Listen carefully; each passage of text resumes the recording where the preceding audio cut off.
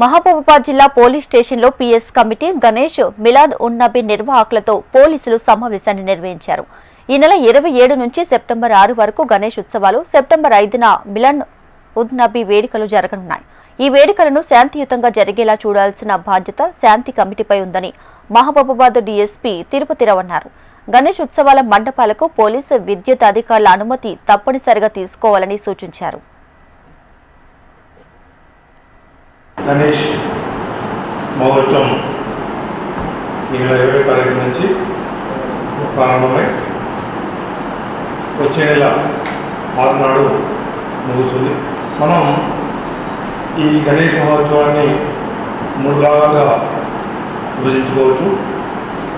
మొదటిది preparation for Ganesh మండపాలు తయారు చేయడం, అదేవిధంగా గణేష్ డిస్ప్లే అవడం, తర్వాత గణేష్ని పూజ ప్రారంభించి 9 రోజులు పూజించడం, 3వ దశ గణేష్ని నిమజ్జనం చేయడం. ఈ 3 దశల్లో కూడా మొదటి దశలో గణేష్ని మండపం వచ్చినప్పుడు రోడ్డు మొత్తం కంప్లీట్గా బ్లాక్ చేయదు. దాంతో అంబులెన్స్లు కానీ ఏమైనా ఎమర్జెన్సీ వెహికల్స్ కానీ వెళ్ళాలంటే ఇబ్బంది అవుతుంది.